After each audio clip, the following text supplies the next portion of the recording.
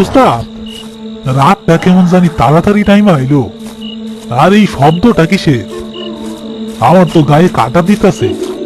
মনে হইতেছে জঙ্গলের ভিতর হাজার হাজার কিছু এক লগে নড়াচড়া করতেছে। এইটা জল জঙ্গলের রাত শফিক। এইখানে রাত নিজের নিয়মেই নামে, আর জঙ্গলের শব্দ জঙ্গলের নিয়মেই বাজে। তুই শহরের পোলা, এইগুলোর মর্ম বুঝবি না, চুপচাপ আয়। কিন্তু মরল সাপ যেমনে কইল চৌধুরী বাড়ির ভিতর লাশ, ওই বাড়িতে তো দিনের বেলাতেও কেউ পাওয়া যায় না। লোকে কয় বাড়ির দেওয়ালে কান পাতলে নাকি মানুষের গঙ্গানের শব্দ পাওয়া যায়। মানুষের গোংরানি তো শুনস নাই, কিন্তু মরা মানুষের চুপ থাকাটা দেখছস কোনোদিন? কিছু লাশ আছে যারা ময়রাও কথা কয়, তাদের শরীরটা কথা কয়, তাদের জখম কথা কয়। আমরা হইলাম সেই লাশের কথার অনুবাদক। চল।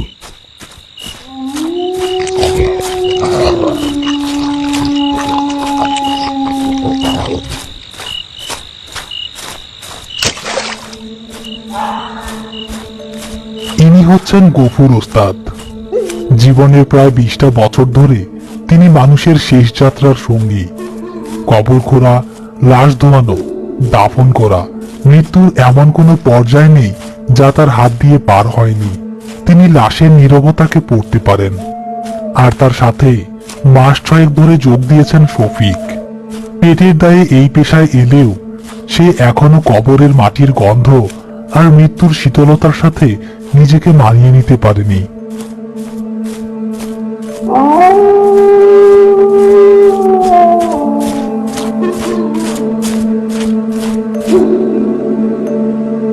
বিশাল এক জমিদার বাড়ির কঙ্কালসার অবয়ব অন্ধকারে দাঁড়িয়ে আছে। বাড়ির দেয়ালে বট অসত্যের শিকড় সাপের মতো জড়িয়ে আছে। সবকিছু পুরু আঠালো মাকড়সার জালে ঢাকা, যেন বাড়িটা নিজেই একটা বিশাল ফাঁদ। হ্যারিকেনের আলোয় সেই জালগুলোর উপর মতো চকচক করছে। ইয়া আল্লাহ, এটা তো বাড়ি না, মাকড়সার রাজ্য। আমি ভিতরে যাবো না উস্তাদ, আমার দম বন্ধ হয়ে আসতেছে। লাশ কি বাইরে আইসা তোরে সালাম দেব? ভয়রে জয় করতে না পারলে এই কাম সাইডা দে। এখন আবার পিছে পিছে আয়, আর কোনো কথা না। গফুর আর শফিক কোনো মতে বাড়ির ভেতরে প্রবেশ করল। ভেতরে পচা কাঠ আর স্যাঁতস্যাঁতে মাটির গন্ধ। তাদের পায়ের নিচে শুকনো পাতা আর ভাঙা কাচের টুকরো নড়মড় করে উঠছে। আর সেই কিটকিটে শব্দটা এখন আরো কাছে। মনে হচ্ছে যেন দেয়ালের ভেতর থেকে আসছে। তারা একটা বিশাল ঘরে প্রবেশ করলো। ঘরের মাঝখানে ছাদ থেকে ঝুলে থাকা এক বিরাট ঝাড়বাতির নিচে রতনের লাশটা পড়ে আছে, কিন্তু স্বাভাবিকভাবে নয়। লাশটা হাঁটু গেড়ে বসার ভঙ্গিতে, কিন্তু তার মাথাটা পুরোপুরি পেছন দিকে ঘোরানো, যেন সে নিজের পিঠ দেখছে। তার চোখ দুটো খোলা এবং বিস্ময়ে ভরা, কিন্তু সেই চোখে কোনো মনি নেই, শুধু ধূসর। আর তার পুরো শরীরটা অস্বাভাবিক সাদা রেশমি সুতো দিয়ে মোড়ানো, ঠিক যেন একটা মাকড়সার শিকার। এটা এটা কি?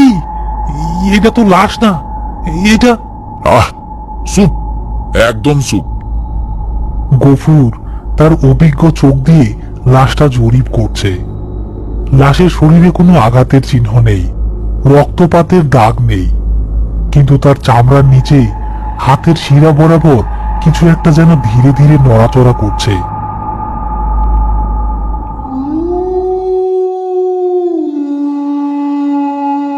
চারপাশে কয়েকটি মশাল জ্বলছে। গফুর আর শফিক মিলে লাশটাকে একটা চৌকির উপর শুইয়েছে। মোরল এবং আরো 2-1 গ্রামবাসী দূরে দাঁড়িয়ে আছে। তাদের মুখে প্রচন্ড আতঙ্ক। এমন মরণ তো জীবনেও দেখিনি গফুর। রতন পোলাটা তো ভালো আছিল, চৌধুরী বাড়িতে কেন মরতে গেল? সব প্রশ্নের উত্তর লাশ দেয় না মোরল সাপ। কিছু উত্তর জ্যান্ত মানুষের কাছেও খুঁজতে হয়। গফুর লাশের শরীর থেকে সেই অদ্ভুত রেশমি সুতোর আবরণটা সরাতে শুরু করলো। সুতোগুলো অস্বাভাবিক শক্ত এবং আঠালো। আবরণটা সরাতেই এক ভয়ঙ্কর দৃশ্য বেরিয়ে এলো। রতনের চামড়া ফ্যাকাশে এবং ঠান্ডা, কিন্তু শক্ত, যেন মোম দিয়ে তৈরি। গফুর লাশটার হাতটা সোজা করার চেষ্টা করতেই একটা বিকট মটমট করে শব্দ হলো। রতনের কনুইটা সামনের দিকে না বেঁকে আড়াআড়ি ভাবে পেছনের দিকে মাকড়সার পায়ের মতো বেঁকে গেল।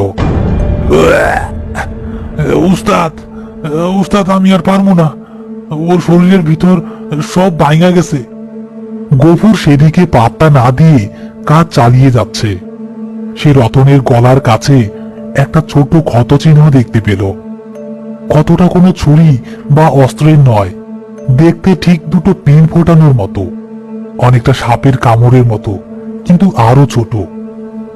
গফুর ক্ষতটা পরীক্ষা করার জন্য ঝুঁকতেই রতনের মৃতদেহটা হঠাৎ করেই এর ঝটকা দিয়ে উপরে উঠে গেল। তার বুকের পাথরটা ধরফর করে উঠল, যেন ভেতরের হৃৎপিণ্ড নয়, অন্য কিছু লাফাচ্ছে। আর ঠিক সেই মুহূর্তে রতনের শক্ত হয়ে থাকা আঙুলের একটা ধারালো নখ শফিকের হাতে গভীর একটা আঁচড় কেটে দিল। আঁচড়ের জায়গাটা থেকে রক্ত বের হওয়ার বদলে কেমন একটা কালচে সবুজ পুঁজের মতো বের হচ্ছে। গফুর চমকে শফিকের হাতের দিকে তাকায়। তার অভিজ্ঞ চোখ এক অজানা আশঙ্কায় কুঁচকে গেল। এইটা কোনো সাধারণ মৃত্যু না গফুর, এইটা এক অভিশাপের চিহ্ন। চৌধুরী বংশের শেষ জমিদার আকরাম চৌধুরী আমরত্ব লাভের জন্য এক তান্ত্রিকের সাহায্য নিয়েছিল। সে এক শয়তানি শক্তির পূজা করত, যার প্রতীক ছিল মানুষ ও মাকড়সা, কিন্তু অমরত্বের বদলে সে এক ভয়ঙ্কর অভিশাপ পায়। তার শরীর এক জীবন্ত শকুনে পরিণত হয়, আর তার আত্মা সেই মাকড়সার গোলাম হইয়া যায়। লোকে বলে সেই অভিশপ্ত আত্মা এখন ওই বাড়িতে শিকারের অপেক্ষায় থাকে। যার শরীরে তার বিষ প্রবেশ করে, তার শরীরটাও ধীরে ধীরে ওই শয়তানের নতুন বাসা হইয়া ওঠে। তার মানে শফিক? সর্বনাশ! এই আসর সাধারণ আসর না, এটা বিষের বিস্তার। আজ রাইতের মধ্যেই যদি এর প্রতিকার না করা যায়, তাইলে শফিকের শরীরটাও রতনের মতো হইয়া যাইব। ও রক্ত মাংস ওই শয়তানের খাবার হইব, আর ওর শরীরটা হইব নতুন মাকড়সার জন্মস্থান। না, আমার কি হইব হুজুর? আমার শরীরটা কেমন জানি করতেছে, চামড়ার নিচে চুলকাইতেছে। আমার অনেক খিদা পাইতেছে। কথা বলতে বলতেই শফিক পাশে থাকা একটা মাটির পাত্র থেকে একটা জ্যান্ত আরশোলা তুলে নিয়ে অবলীলায় মুখে পুড়ে দিল এবং কচকচ করে চিবোতে শুরু করলো। দৃশ্যটা দেখে মোরল আর ইমাম সাহেব ভয়ে জমে গেল। এর প্রতিকার কি হুজুর, বলেন? উপায় একটাই। চৌধুরী বাড়ির গভীরে যেখানে আকরাম চৌধুরী পূজা করত, সেইখানে একটা কালো পাথরের মাকড়সার মূর্তি আছে। ওইটাই অভিশাপের উৎস। সূর্য ডোবার আগে ওই মূর্তিটারে ভাঙ্গা গুড়াইয়া দিতে হইব। কিন্তু সাবধান, ওই বাড়ির প্রতিটা ছায়া, প্রতিটা কোণা এখন ওই শয়তানের পাহারায়।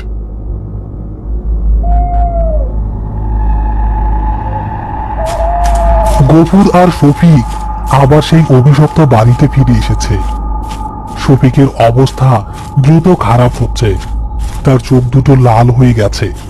সে মাঝে মাঝে কিটকিট শব্দ করছে এবং তার হাঁটার ভঙ্গি পাল্টে গেছে। জ্ঞান হারাইস না শফিক, নিজের শক্ত রাখ, আমরা প্রায় চলে আইছি। তারা একটা গোপন সুড়ঙ্গের ভেতর দিয়ে এক স্যাঁতসেঁতে ঘরে প্রবেশ করলো। ঘরের মাঝখানে একটা পাথরের বেদির ওপর সেই কালো মূর্তিটা রাখা, একটা বিশাল মাকড়সার শরীর, কিন্তু মুখটা মানুষের। তারা মূর্তিটার দিকে এগুতেই ঘরের কোণায় অন্ধকারের মধ্যে কিছু একটা নড়ে চড়ে উঠল। রতনের লাশটা, কিন্তু ওটা আর লাশ নেই। ওর শরীরটা বীভৎসভাবে রূপান্তরিত হয়েছে। তার পিঠ থেকে মাকড়সার মতো অতিরিক্ত কয়েকটি পা বেরিয়ে এসেছে। মুখটা লম্বা হয়ে গেছে, আর তার দুজোর চোখগুলো অন্ধকারে জ্বলছে। উস্তাদ, আমারে এমন বাড়াইয়া দিব, আমারে বাঁচান। প্রাণীটা ছাদ থেকে লাফ দিয়ে গফুরের উপর ঝাঁপিয়ে পড়ল। সাথে সাথে গফুর তার শাবক দিয়ে আঘাত করল, কিন্তু প্রাণীটার শরীর অস্বাভাবিক রকমের শক্ত। দস্তাদস্তির এক পর্যায়ে গফুরের হাত থেকে শাবলটা ছিটকে পড়ে গেল।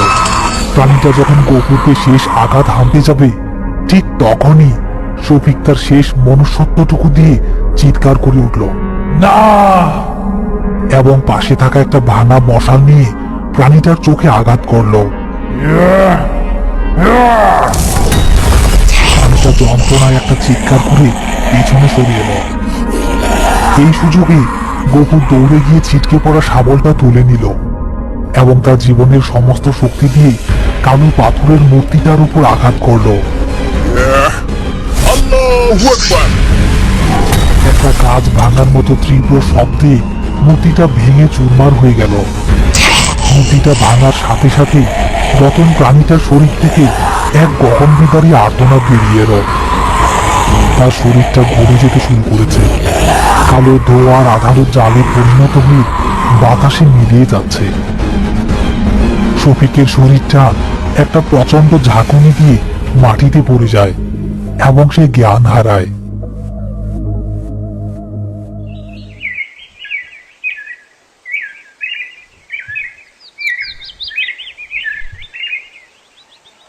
আমি আপনার ঋণ কোনোদিন শোধ করতে পারবো না ওস্তাদ, আপনি না থাকলে। আরে, ঋণ শোধ করার কথা ভাবিস না। জীবন পাইছস, শুক্রিয়া কর। এখন সব ঠিক আছে। শফিক ঘুমানোর জন্য ভেতরে চলে যায়।